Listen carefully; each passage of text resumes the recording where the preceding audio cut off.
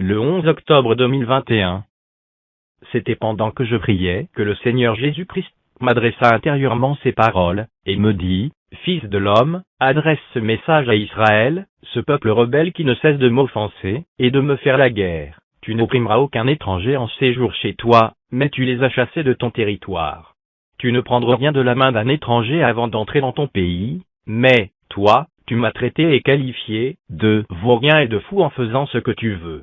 Tu accueilleras l'étranger chez toi et tu ne lui exigeras rien, car c'est ma terre sainte, mais tu as transgressé ma loi et tu me dis, je travaille avec mes lois.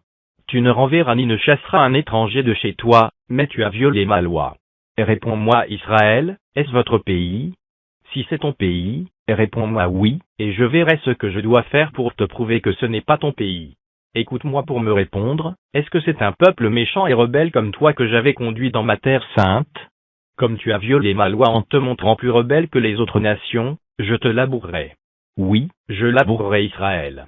J'enverrai mes engins spirituels, pour labourer complètement Israël, car il est rebâti avec le sang, avec des biens iniques, impurs et abominables, avec des moyens que je condamne, avec des lois abominables, et d'abominations, avec des ordures et des poubelles, avec des souillures, avec des esprits et des démons, et par les dieux des autres nations.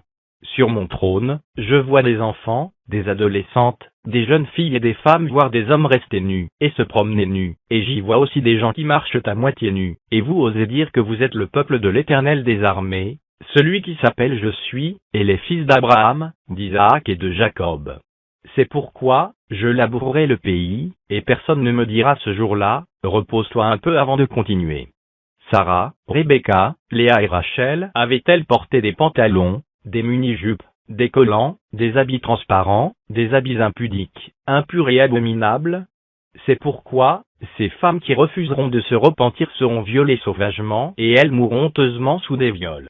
Et après leur mort, on dira, ce sont des Jézabel modernes, donnons leur corps aux chiens. Je le jure par moi-même l'Éternel, Dieu, qu'aucune de ces femmes qui refuseront de se repentir, n'échapperont au viol, et seront victimes d'une mort honteuse.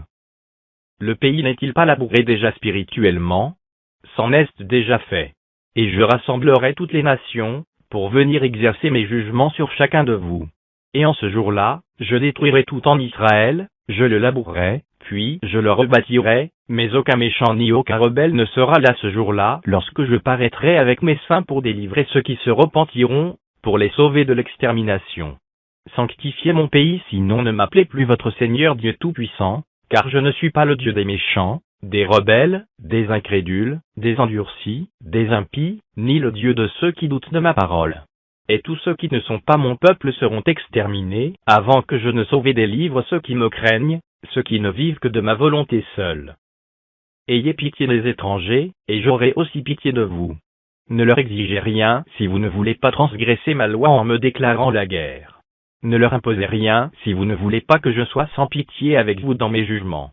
Mais tout étranger qui sert des dieux étrangers, qui pratique l'idolâtrie, l'occultisme, le mysticisme, la magie, la sorcellerie, la prostitution, et qui est cause des convoitises, ou des péchés des femmes ou des hommes, tu le chasseras hors de ton pays, comme on chasse un chien enragé.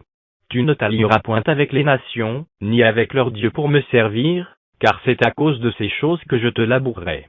Tu ne me confondras point avec les autres dieux pour me les associer pour servir, c'est de l'abomination, c'est de sacrilège.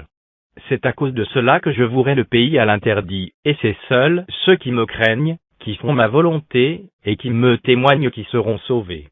Sache bien que je n'agréerai point les sacrifices que tu m'offriras dans le nouveau temple que tu bâtiras pour tes dieux. Je labourerai ce temple. Tous les sacrifices que vous m'y ferez sont des souillures, des abominations, et des sacrilèges devant moi, et c'est à cause de cela que je précipiterai les nations contre toi.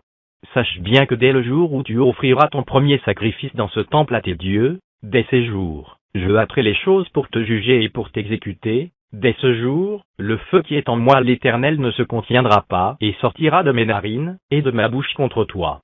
Si une personne commet un sacrilège sur la montagne sainte, je la retrancherai du milieu de mon peuple, je l'exécuterai. Si tu ne m'écoutes pas parce que tu es un peuple méchant et rebelle, tu me croiras lorsque tu pleureras comme bébé qui s'est fait brûler les oreilles, les pieds et les mains.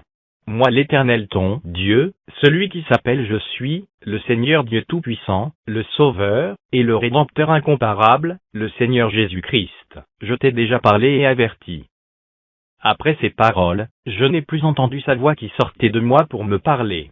Et je n'avais rien dit aussi, car je savais que le Seigneur Jésus-Christ, le premier témoin du Seigneur Jésus-Christ, l'apôtre Nubadou Madji Moïse,